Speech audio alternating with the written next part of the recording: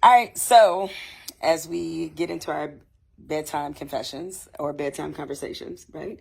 So here's the situation. Tonight, we went out to a lovely dinner, and he had an experience with the valet that I am still trying to process. And I think one way about it, he thinks another way. Babe, tell him what happened. So we had a nice restaurant, the Linden.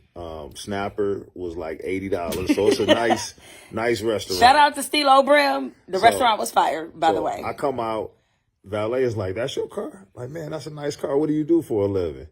Any advice?" So as Jemele was walking out on cue, I'm like, "Yeah, get a good woman in your life." And we skirt out, whatever. So I tell Jemele about it, and she was upset that he asked me that. I was, because I feel like if he was Chad, he wouldn't have asked him what he did for a living. To me, and maybe because I am so used to being in this space, and I feel like a lot of Black people can relate, is that if you're a professional, if you're successful, if you have outward appearance of success, they're always trying to figure out how you got it.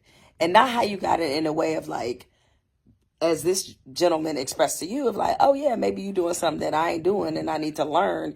It's usually like, now how did this motherfucker get here? And so that's how I interpreted that based off his description.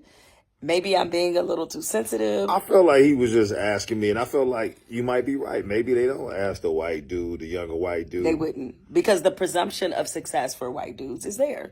Well, I mean, it's like, hey, he might have been born into it. Like, this Black dude probably grinded up and made it. Like, how did you do it? Any advice so I can do it? So tell us in the comments below, who do you think not necessarily is right, but what's your perspective of it? I'm right. Do we know I'm right? You ain't right. And then also, Lord. I got the size on me. I got the drip, yays on. He might have thought I was an NFL or But that's something. worse, because then he thinks the only way you could get to your success is through sports.